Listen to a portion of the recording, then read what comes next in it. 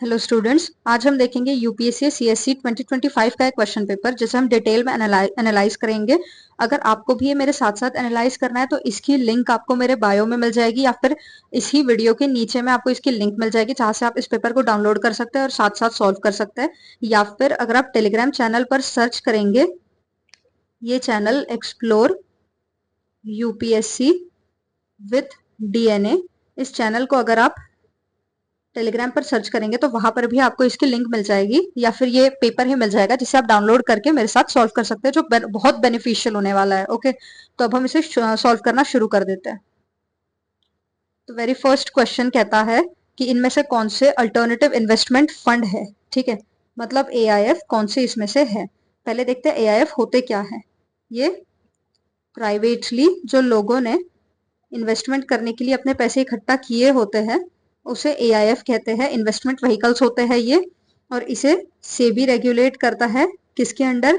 SEBI AIF regulation 2012 के अंदर इसे सेबी रेगुलेट करता है।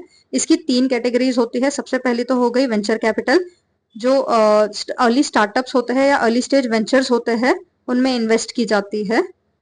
अर्ली स्टार्टअप्स या अर्ली स्टेज वेंचर्स में इन्वेस्ट किया जाता है, उस पैसे को वेंचर कैपिटल कहते हैं। सेकेंड कैटेगरी जो है वो है equity, I am sorry, private equity fund and debt fund. ठीक है, ये सेकेंड कैटेगरी हो गई। जो थर्ड कैटेगरी है वो है hedge funds. Along with hedge funds आते हैं पाइप फंड्स। पाइप फंड्स का मतलब है private investment in public equity, मतलब पब्लिक एंटरप्राइजेस या इक्विटी में जो प्राइवेट लोग या फिर कॉर्पोरेशन या कंपनी जो इन्वेस्टमेंट करती है उसे पाइप फंड्स कहते हैं। तो पाइप फंड्स और हेज फंड्स थर्ड कैटेगरी हो जाता है। तो इसके थ्रू हमें पता चल गया हेज फंड्स और वेंचर कैपिटल तो एआईएफ का पार्ट है।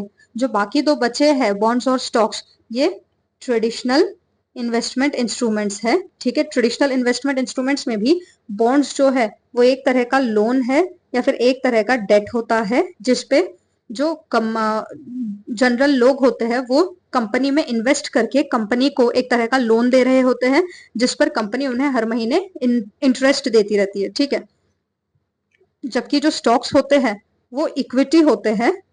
इक्विटी मतलब वो एक तरह की ओनरशिप देते हैं, जो स्टॉक होल्डर्स होते हैं उन्हें एक तरह की ओनरशिप देते हैं। ठीक है, लेकिन ये एआईएफ का पार्ट नहीं है। तो इसका आंसर हो जाएगा only option B, only 2 statements are correct. Second जो क्वेश्चन है वो कहता है आरबीआई के सोर्स ऑफ इनकम इनमें से कौन से हैं। सबसे पहला है buying and selling of government bonds.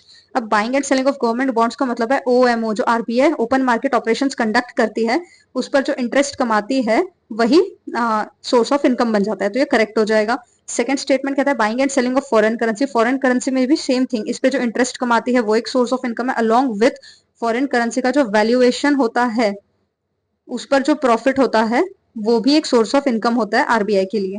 जो थर्ड स्टेटमेंट है वो कहता है पेंशन फंड मैनेजमेंट। अब पेंशन फंड मैनेजमेंट आपको पता होगा, पीएफआरडीए करके अथॉरिटी है, pension fund regulatory and development authority, ये इसे मैनेज करती है। लेकिन जो इंटरनल एम्प्लॉयज होते हैं आरबीआई के, उनके पेंशन को आरबीआई खुद मैनेज करती है, पर ये कोई सोर्स ऑफ इनकम नहीं है आरबीआई के लिए, तो ये कट हो जाएगा। फोर्थ ऑप्शन कहता है लेंडिंग टू प्राइवेट कंपनीज। अब आरबीआई जो है वो शेड्यूल्ड कमर्शियल बैंक्स को लेंड करती है, मतलब शेड्यूल्ड कमर्शियल बैंक्स को लोन देती है, और ये scheduled commercial banks private individuals या प्राइवेट कंपनीज को लोन देते हैं। तो आरबीआई डायरेक्टली प्राइवेट कंपनीज या प्राइवेट इंडिविजुअल्स को लोन नहीं देती, तो ये गलत हो जाएगा। लास्ट जो ऑप्शन है, लास्ट ऑप्शन कहता है printing and distributing currency notes. अब ये जो करेंसी नोट्स होता है, मान लो 10 रुपए की जो फेस वैल्यू हो गई करेंसी नोट की, अब वो फेस वैल्यू में से जब उसका कॉस्ट ऑफ प्रोडक्शन घटा देंगे, इसमें एग्जाम्पल के लिए मान लो 7 रुपीज है प्रोडक्शन कॉस्ट, जब ये प्रोडक्शन कॉस्ट इसमें से घटा देंगे या माइनस कर देंगे तो फिर जो पैसे बच के आएंगे, जैसे ₹3 बच के आए, इसे कहते हैं साइनियोरेज।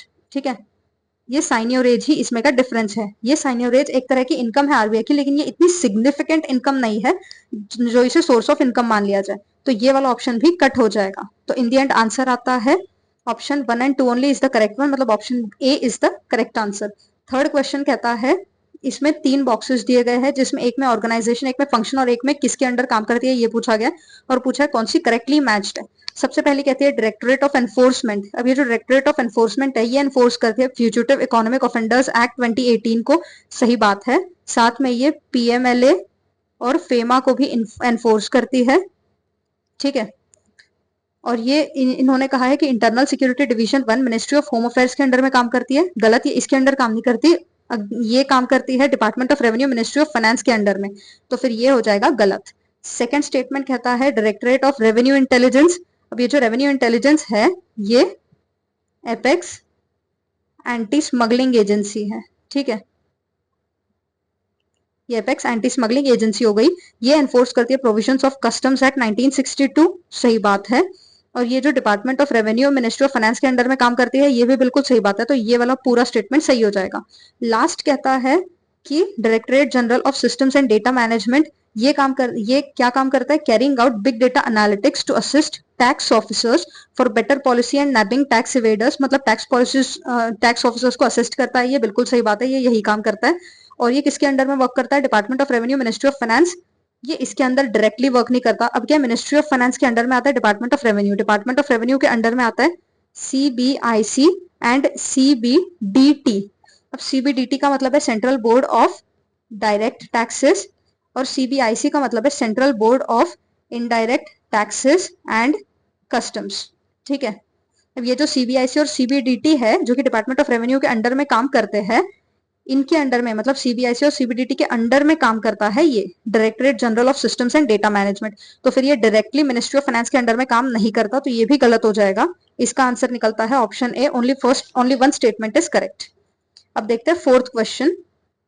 फोर्थ क्वेश्चन कहता है कि the reserve bank of India mandates all the listed companies in India to submit a BRSR मतलब business responsibility and sustainability report।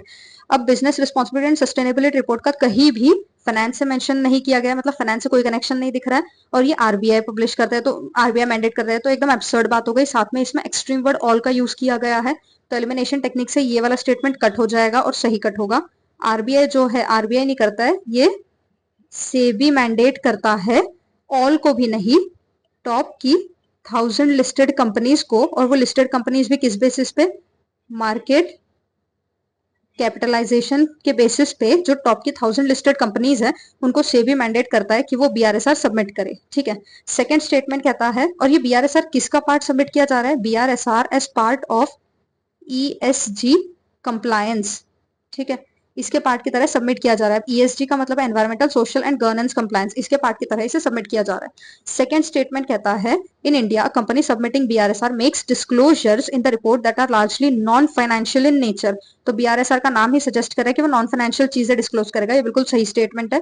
ये क्या क्या डिस्क्लोज करेगा, ये डिस्क्लोज करेगा environmental practices along with social impact and governance standards, इसके साथ human rights और लेबर पॉलिसीज, साथ में सस्टेनेबल ऑपरेशंस, ठीक है, ये सब ये डिस्क्लोज करेगा। तो इसका आंसर क्या आ जाता है, आंसर आ जाता है option B, only second statement is correct. Next question,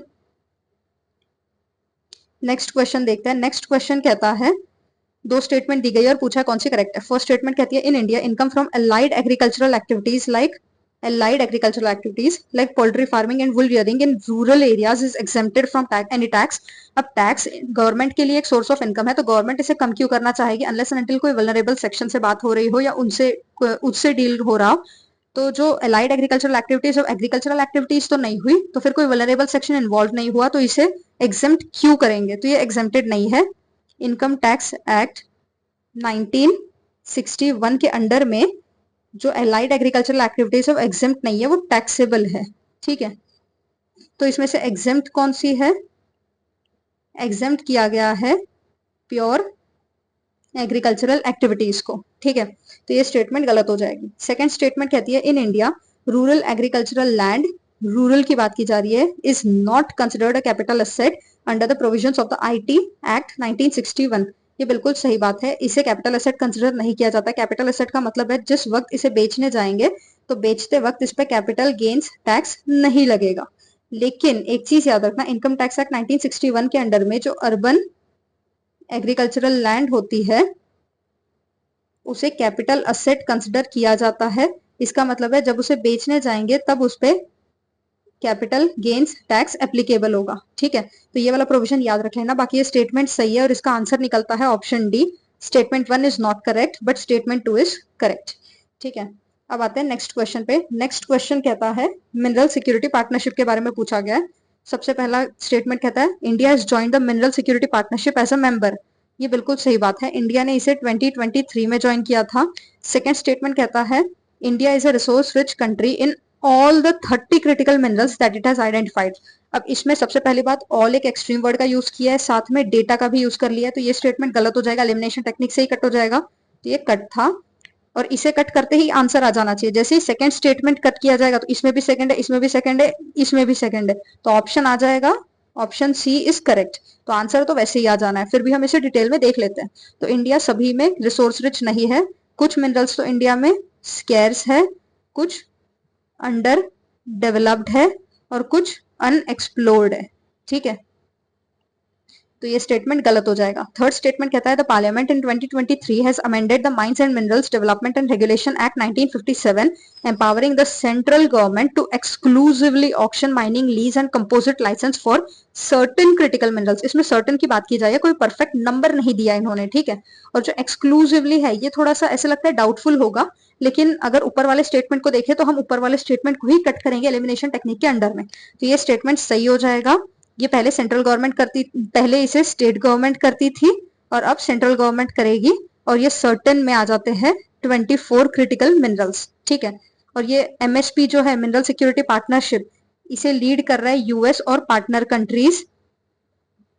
इनका एम क्या है, ये सप्लाई चेन को सिक्योर करना चाहते हैं, सप्लाई चेन को सिक्योर करना चाहते हैं, जो कि मिनरल्स के, क्रिटिकल मिनरल्स की जो सप्लाई चेन है, क्रिटिकल और स्ट्रेटेजिक मिनरल्स की, उनके सप्लाई चेन को ये सिक्योर करके इंश्योर करना चाहते हैं कि क्लीन एनर्जी और टेक ट्रांजिशन हो पाए। ठीक है, क्लीन एनर्जी अडॉप्ट कर लिए जाए।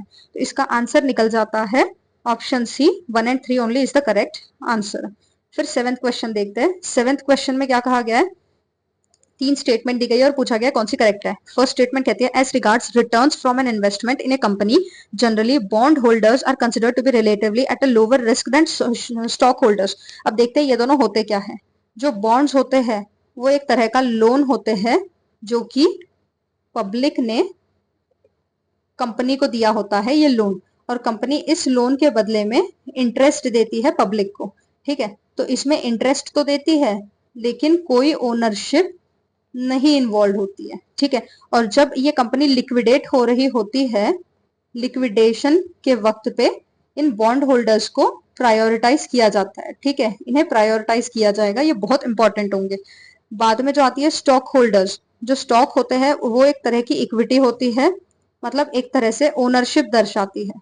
ठीक है, तो ओनरशिप है, मतलब इस पे इनको इंटरेस्ट, ये स्टॉक होल्डर्स को इंटरेस्ट नहीं मिलेगा, इन्हें क्या मिलेगा, डिविडेंड। डिविडेंड क्या होता है, एक तरह का शेयर इन प्रॉफिट होता है। ये हो गया प्रॉफिट का शेयर, इसे डिविडेंड कहते हैं। ठीक है, तो अब ये जो डिविडेंड मिल रहा है ना इन ओनर्स को, आपको पता होगा जब ये कंपनी लिक्विडेट होगी या फिर ये कंपनी जब बंद की जाएगी, तब इस वक्त पे जो इक्विटी होल्डर्स है या फिर स्टॉक होल्डर्स है, इन्हें कम प्रायोरिटी दी जाएगी, मतलब इनके पैसे बाद में इन्हें वापस किए जाएंगे, पहले इन बॉन्ड होल्डर्स के पैसे लौटाए जाएंगे, मतलब इनको प्रायोरिटी दी जाएगी इनके ऊपर में, बॉन्ड होल्डर्स प्रायोरिटाइज किए जाएंगे स्टॉक होल्डर्स से। ठीक है, तो अब आ जाता है क्वेश्चन पे अगेन। तो पहला स्टेटमेंट कह रहा था as regards the returns from an investment in a company generally bond holders are considered to be relatively at a lower risk than stock holders. सही बात है, वो कम रिस्क पे होता है क्योंकि उनको पहले पैसे वापस किए जाते हैं।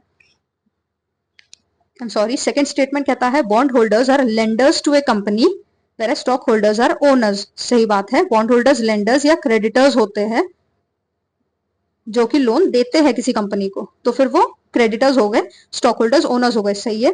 थर्ड स्टेटमेंट कहता है for repayment purpose bond holders are prioritize over stock holders of a company. अभी मैंने समझा, ये बिल्कुल सही स्टेटमेंट है, तो इसका आंसर क्या निकल जाता है, option A. Both second and third statement are correct and both of them explain statement 1। इस तरह ये क्वेश्चन हमने देख लिया। अब आते हैं 8th क्वेश्चन पे। 8th क्वेश्चन क्या कहता है, India accounts for a very large portion of all equity options contracts traded globally thus exhibiting a great boom। वैसे तो बहुत ऐसे लग रहा है कि गलत होने के चांसेस ज्यादा होंगे या कुछ होगा, लेकिन ये बिल्कुल सही स्टेटमेंट है, करंट अफेयर्स में था। जो इंडिया के नेशनल स्टॉक एक्सचेंज है, मतलब टॉप लेवल का स्टॉक एक्सचेंज, वो लार्जेस्ट वॉल्यूम उसमें ट्रेड हुई थी इक्विटी शेयर्स की, ठीक है, इक्विटी ऑप्शंस की सबसे ज्यादा वॉल्यूम ट्रेड हुई थी पूरे ग्लोबली। जो सेकंड स्टेटमेंट है वो कहता है India stock market has grown rapidly in the recent past even overtaking Hong Kong at some point of time. ये भी बिल्कुल करेक्ट बात है। इंडिया की जो स्टॉक मार्केट है वो फोर्थ लार्जेस्ट बन गई थी एक टाइम पे, ठीक है, तो ये भी करेक्ट हो जाएगा। थर्ड स्टेटमेंट कहता है there is no regulatory body either to warn the small investors about the risk of options trading और to act on unregistered financial advisers in this regard. अब नो रेगुलेटरी बॉडी, तो फिर सेबी क्या है, सेबी क्या करती है? ये बिल्कुल गलत बात हो गई। रेगुलेटरी बॉडी है जिसका नाम है सेबी, जो कि अक्सर ये एड वगैरह करवाती है टीवी में, आपने सुना होगा कि किसी भी चीज में निवेश करते वक्त उसके दस्तावेजों को सही तरह पढ़ ले, तो ये सारी चीजें करवाई जाती है, तो सेबी है यहाँ पे रेगुलेटरी बॉडी। ये गलत स्टेटमेंट है। इसका इन दी एंड आंसर क्या निकलता है? और अगर आपने ये लास्ट स्टेटमेंट को ही गलत कर दिया होता, सेबी के बारे में तो हर किसी को पता होता है, अगर ये सेबी के बारे में ध्यान में रख के इस लास्ट स्टेटमेंट को अगर आप कट कर देते तो three cut three cut three cut answer वैसे ही निकल जाता, ऑप्शन 1 एंड 2 ओनली। तो बिना अगर फर्स्ट एंड सेकंड नहीं भी पता होता तब भी आंसर तो मिल ही जाता, तो आंसर हमारा निकल गया। अब आता है नाइन्थ क्वेश्चन पे। नाइन्थ क्वेश्चन क्या कहता है? अगेन 3 स्टेटमेंट दी गई है और पूछा गया है कौन सी करेक्ट है। पहली स्टेटमेंट कहती है circular economy reduces the emission of green house gases. सही बात है। सर्कुलर इकोनॉमी में क्या होता है? रीयूज होता है, रिसाइकल होता है और रिसोर्स एफिशिएंसी पे फोकस होता है, ठीक है। अब ये सर्कुलर इकोनॉमी कैसी है इसमें देख लेते हैं। इस पिक्चर में रॉ मटेरियल्स जो है उनका ऑप्टिमम यूटिलाइजेशन होगा, फिर सस्टेनेबल डिजाइन यूज की जाएगी, प्रोडक्शन बहुत ही सही तरीके से होगा, फिर डिस्ट्रीब्यूशन होगा और फिर कंजप्शन के वक्त ही रीयूज भी किया जाएगा और रिपेयर भी किया जाएगा। फिर जो लास्ट में जो वेस्ट होगा उसे कलेक्ट किया जाएगा, फिर कुछ तो रेसिडुअल वेस्ट है जो एक्स्ट्रा हो जाता है उसे फेंक दिया जाएगा और बाकी वेस्ट को मैनेजमेंट में डाला जाएगा, वेस्ट मैनेजमेंट करके फिर उन्हें वापस से प्रोडक्शन लाइन में इन्वॉल्व किया जाएगा, ठीक है। इस तरह से ये सर्कुलर बन जाता है, इसीलिए ये सर्कुलर बन गया है, आपने देखा होगा। अब आ जाता है क्वेश्चन पे। क्वेश्चन में फर्स्ट स्टेटमेंट करेक्ट हो गया। सेकंड स्टेटमेंट कहता है circular economy reduces the use of raw materials as inputs. सही बात है, जब रॉ मटेरियल्स को रिड्यूस करेंगे तभी तो प्रॉफिट्स वगैरह बढ़ते जाएंगे। ये रॉ मटेरियल्स को रिड्यूस कैसे किया जाता है? इन्हें रिड्यूस किया जाता है थ्रू रिसाइकलिंग, जो हमने अभी देखा, रिसाइकलिंग के थ्रू, फिर अपसाइकलिंग के थ्रू और उसके बाद री मैन्युफैक्चरिंग के थ्रू रॉ मटेरियल्स को रिड्यूस किया जाएगा। अब इससे क्या होता है, जो रॉ मटेरियल अगर रिड्यूस होंगे तो रॉ मटेरियल का जो एक्सट्रैक्शन हो रहा है वो भी रिड्यूस होगा, तो रॉ मटेरियल का एक्सट्रैक्शन रिड्यूस होगा तो इससे क्या होगा, रॉ मटेरियल के एक्सट्रैक्शन में जो कार्बन फुटप्रिंट जनरेट होता है, मतलब जो कार्बन निकलता है, footprint, I am sorry T होना चाहिए, फुटप्रिंट जनरेट होता है वो भी रिड्यूस होता चला जाएगा, वो भी घटते चला जाएगा, ओके। तो एनवायरमेंट को कम डैमेज पड़ेगा। ये बिल्कुल सही स्टेटमेंट है। थर्ड स्टेटमेंट कहता है circular economy reduces wastage in the production process. ये भी सही बात है, वेस्टेज को भी कम किया जाएगा क्योंकि रिसाइकल किया जा रहा है, रीयूज किया जा रहा है, एनर्जी जो यूज हो रही है उसे भी घटाया जा रहा है, एमिशंस को रिड्यूस किया जा रहा है। एमिशन जो जनरेट होते हैं वेस्ट डिस्पोजल, लैंड फिलिंग और इंसिनरेशन में, इंसिनरेशन का मतलब है जब जलाते हैं ना वेस्ट को, तो जलाते वक्त, जलाने को ही इंसिनरेशन कहते हैं, उस वक्त बहुत सारे कार्बन या फिर बहुत सारे अलग अलग हार्मफुल गैसेस निकलते हैं, वो एमिशंस को भी रिड्यूस किया जाता है, तभी वेस्टेज रिड्यूस हो जाती है, ठीक है। तो इस तरह से ये तीनों स्टेटमेंट सही हो जाएंगे, तो इसका आंसर आ जाएगा option A. Both 2 and 3 statements are correct and both of them explain statement 1। अब आ जाते हैं 10th क्वेश्चन पे। 10th क्वेश्चन क्या कहता है?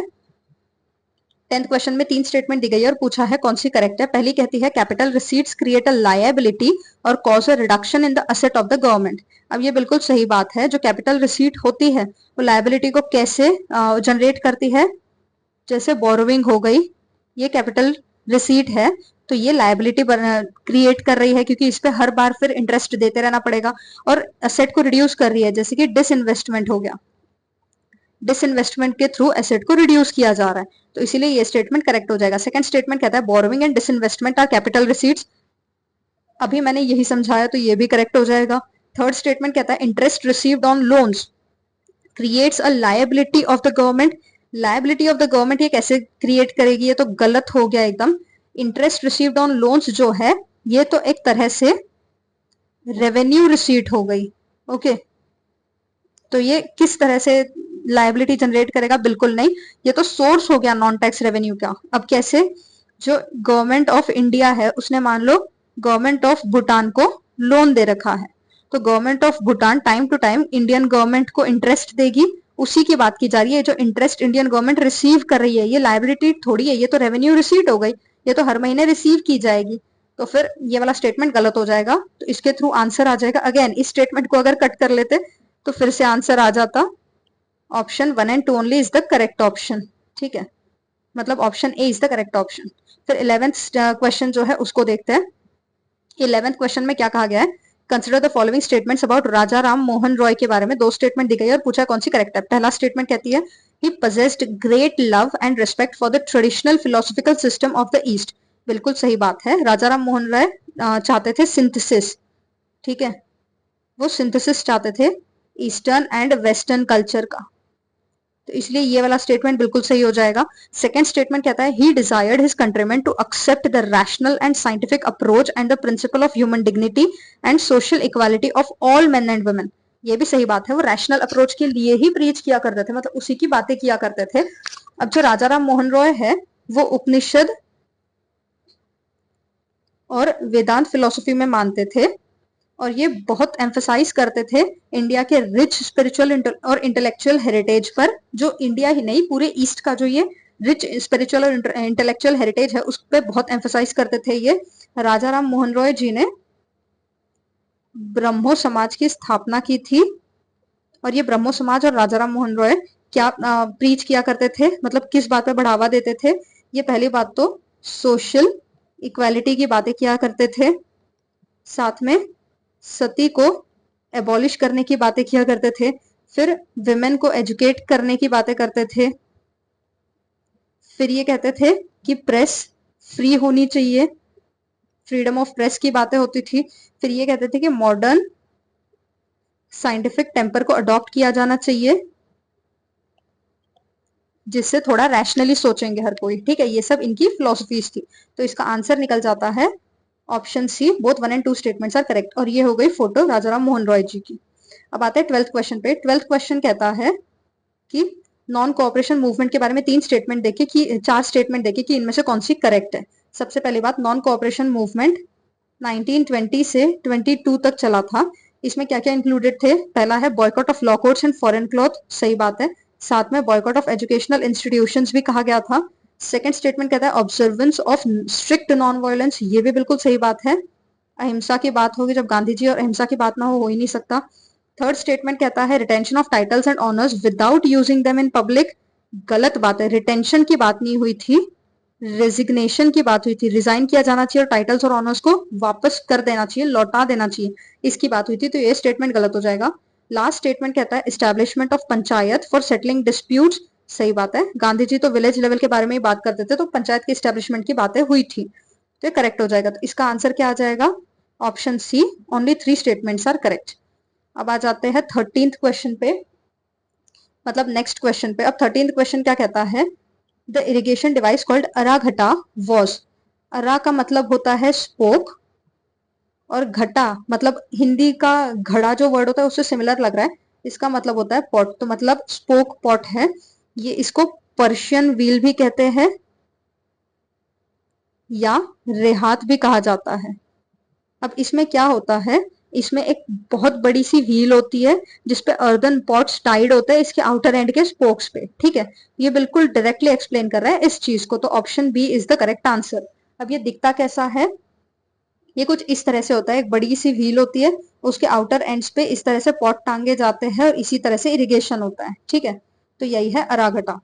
अब अराघटा तो यूपीएससी ने इस 2025 में पूछ लिया है, नेक्स्ट टाइम जरूरी नहीं है कि यूपीएससी यही वाला क्वेश्चन दोबारा रिपीट करेगा, जबकि अराघटा ऑलरेडी एक रिपीटेड क्वेश्चन है, ठीक है, ये पीवाईक्यू ही था, तो हो सकता है नेक्स्ट टाइम यूपीएससी इन बाकी 3 में से कोई पूछ ले, तो हम बाकी तीनों को भी डिटेल में देख लेते हैं।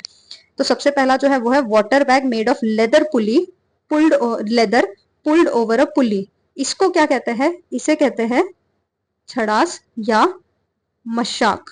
ओके, ये छड़ास या मशाक कुछ इस तरह से दिखता है, जिसमें एक लेदर बैग होती है, उसको पुल किया जाता है, ठीक है, एक पुली के द्वारा, जो कि ये जो गाय भैंसे है ये इसे पुल करती है, ठीक है, इसे छड़ास या मशाक कहा जाता है।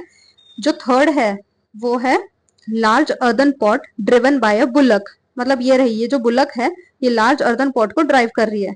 इसे क्या कहते हैं? इसे कहते हैं मोट। जो लास्ट वाली है, large water bucket pulled up by a rope directly by hand, ये आपने कई रूरल एरियाज में देखा होगा, अभी भी औरतें इसे पुल करती है, यही चीज को प्रैक्टिस करती है। तो इसे क्या कहा जाता है? इसे कहते हैं ढेकली या फिर शादोफ। ठीक है, इसे ढेकली या शादुफ कहते हैं। ये चारों ही इरिगेशन डिवाइसेस ही है, इसे याद रख लेना। तो इसका आंसर क्या हो जाता है? अराघटा का आंसर है option B, a large wheel with earthen pots tied to the outer ends of its spoke. ठीक है, अब देखते हैं नेक्स्ट क्वेश्चन। नेक्स्ट क्वेश्चन है 14th क्वेश्चन। अब 14th क्वेश्चन क्या कहता है? Who among the following rulers in ancient India had assumed the titles Mattavilasa, Vichitrachitta and Gunabhara? ये टाइटल्स किसने अज्यूम किए थे? तो पहले हम देख लेते हैं, ये जो चारों ही रूलर्स है ये पल्लव डायनेस्टी के रूलर्स है। इसमें जो सिम्हावर्मन है ये कोई पहले के पल्लव रूलर थे, इनके बारे में ज्यादा नहीं पता है, तो ये बस अर्लियर पल्लव रूलर थे। जो इनके बाद है महेंद्र वर्मन, यही इसके आंसर हो जाएंगे। ये महेंद्र वर्मन के पहले हम सिम्हा विष्णु देखते हैं। सिम्हा विष्णु जो है वो महेंद्र वर्मन के फादर है। ठीक है, अब सिम्हा विष्णु का क्या है?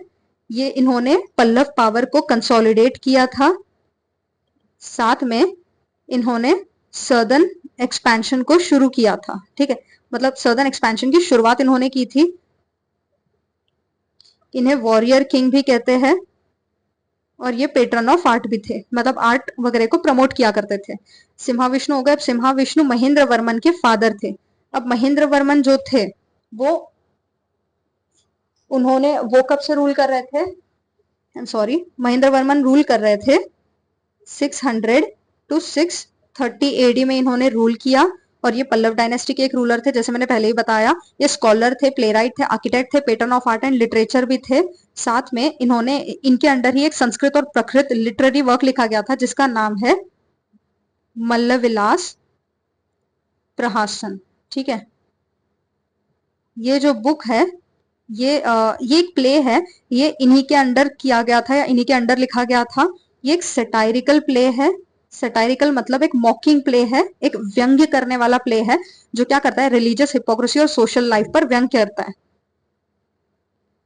Religious hypocrisy plus social life पर ये एक व्यंग्य करता है, एक सटायर करता है। ठीक है, तो ये हो गया प्ले। साथ में इन्हीं के अंडर में रॉक कट टेम्पल्स का आर्किटेक्ट, रॉक कट टेम्पल्स की जो बनावट है वो शुरू हुई थी, मतलब उनको बनाना शुरू किया गया था। कहां पर बनाना शुरू किया गया था? महाबलीपुरम और कांचीपुरम में। ठीक है, यहाँ पर रॉक कट टेम्पल आर्किटेक्चर बनाने की शुरुआत की गई थी। ये किसका पार्ट था? ये द्रविडियन टेम्पल आर्किटेक्चर का पार्ट था। ओके, अब ये जो टाइटल्स है मट्टविलास, विचित्रचित और गुणभर, ये इन्हीं के लिए यूज किए जाते थे। मट्टविलास का मतलब था ग्रेट रिवीलर, जो बहुत बड़ी बड़ी और इंपॉर्टेंट बातें रिवील करता है। विचित्र चित्त, चित्त मतलब माइंड, और विचित्र मतलब क्यूरियस, अलग सा माइंड। तो इसका मतलब हो जाता है क्यूरियस माइंड या फिर अलग अलग चीजों में इंटरेस्ट रखने वाले, उसको विचित्र चित्त कहते हैं। और गुण भर, जैसा कि वर्ड के ब्रेकडाउन से पता चल रहा है, गुण मतलब वर्च्यूज और भर मतलब उससे भरा हुआ, मतलब फुल ऑफ वर्च्यूज, इसका मतलब हो गया। अब महेंद्र वर्मन वन के लिए ये चीजें यूज की जा रही है, और महेंद्र वर्मन वन ने ही ट्रांजिशन करवाया जैनिज्म से शैविज्म में। ये शैविज्म को मानते थे। ठीक है, तो ये हो गए महेंद्र वर्मन वन। अब क्या होता है? महेंद्र वर्मन वन के ही बेटे हैं नरसिम्हा वर्मन वन, मतलब महेंद्र वर्मन वन फादर है नरसिम्हा वर्मन वन के। अब ये जो नरसिम्हा वर्मन वन है ये इन्होंने चालुक्य रूलर पुलकेशिन सेकंड को डिफीट किया था। ठीक है, इनको हराया था एक बैटल में, और इन्होंने ही शोर टेम्पल बनाया था महाबलीपुरम में। याद रखना, इन्होंने इसका कंस्ट्रक्शन पूरा कंप्लीट कर दिया था शोर टेम्पल का। ठीक है, तो इस क्वेश्चन का आंसर हो जाएगा ऑप्शन ए, महेंद्र वर्मन वन। इनके लिए ये वाले टाइटल्स, इन्होंने ये वाले टाइटल्स अज्यूम किए थे। जो 15th क्वेश्चन है, 15th क्वेश्चन कहता है फाया Chinese pilgrim travel to India during the reign of, कुछ ऐसे दिखते थे फाया। अब फाया इंडिया में कब आए? तो सबसे पहले तो फाया क्या, कौन थे ये देख लेते हैं। फाया आए थे यहाँ पर 399 से 414 सीई के बीच में ये इंडिया में आए थे। ये चाइनीज पिलग्रिम थे और बुद्धिस्ट मॉन्क थे, और इन्होंने ही फो क्वो की नाम की बुक लिखी थी। इसका मतलब है अ रेकॉर्ड ऑफ बुद्धिस्ट किंगडम्स, ठीक है। और ये यहाँ पर आए थे चंद्रगुप्त टू के वक्त में।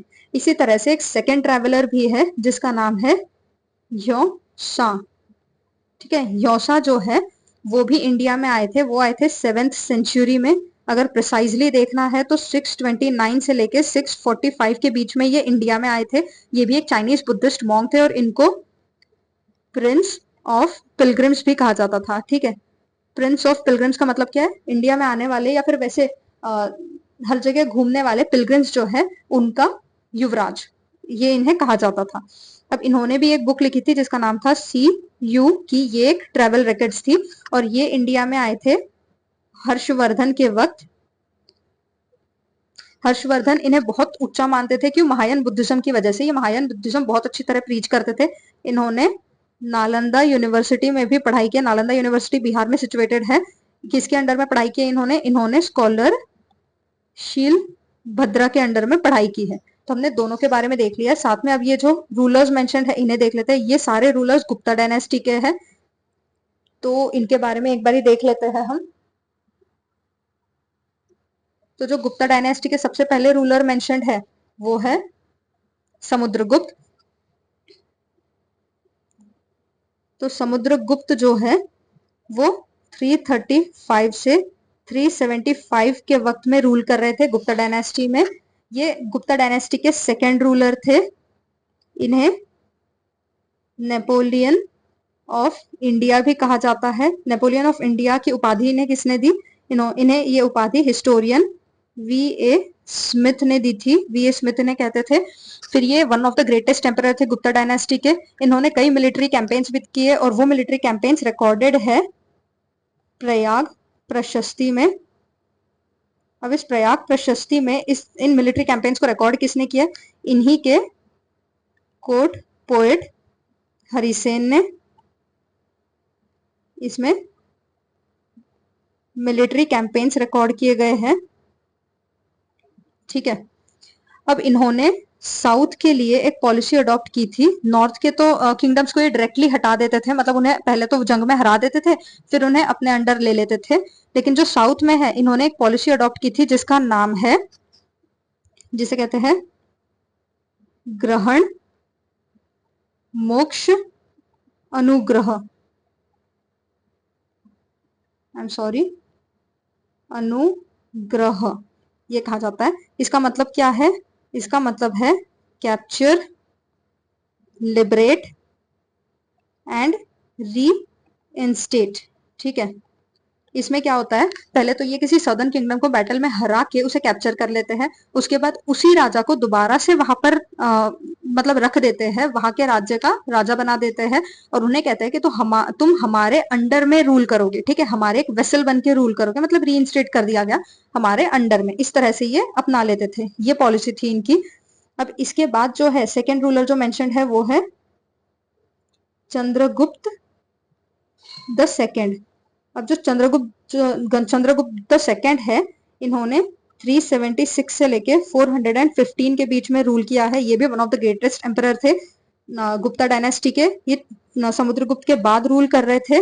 इन्होंने क्या किया, इन्होंने पहले तो शकास को हराया और उसके बाद इन्होंने टाइटल ले लिया शकारी। फिर इन्होंने कैपिटल, अपनी सेकेंड कैपिटल जो इस्टेब्लिश की वो की उज्जैन में। और इसके बाद इन्होंने एक और टाइटल लिया था जिसका नाम था विक्रमादित्य। ये अपने आप को विक्रमादित्य भी कहते थे। विक्रमादित्य का मतलब होता है सन ऑफ पावर। फिर इनके अंडर ही नवरत्नास थे। नवरत्नास मतलब 9 ज्यूवेल्स, मतलब 9 इंपॉर्टेंट मिनिस्टर्स, जिसमें कालिदास भी आता है, अमर सिन्हा भी आता है, वरह मिहिर भी आता है। फिर इनके अंडर में एक आयरन पिलर एस्टेब्लिश किया गया। आयरन पिलर का इंस्क्रिप्शन एस्टेब्लिश किया गया मेहरौली में, जो कि अभी दिल्ली में है। फिर इस पिलर इंस्क्रिप्शन में मेंशन किया गया था कि इनका जो किंगडम था वो नॉर्थ वेस्ट इंडिया और बंगाल को भी सरपास करता था, ठीक है, इससे भी ज्यादा बड़ा था। उसके बाद हम देख लेते हैं नेक्स्ट रूलर। नेक्स्ट रूलर जो मेंशन्ड है वो है कुमारगुप्त वन। ठीक है। अब कुमारगुप्त वन के बारे में देख लेते हैं। ये 415 से लेके 455 सीई तक रूल कर रहे थे। ये इन्होंने चंद्रगुप्त सेकंड के बाद में रूल किया है। ये इन्होंने नालंदा यूनिवर्सिटी की स्थापना की थी।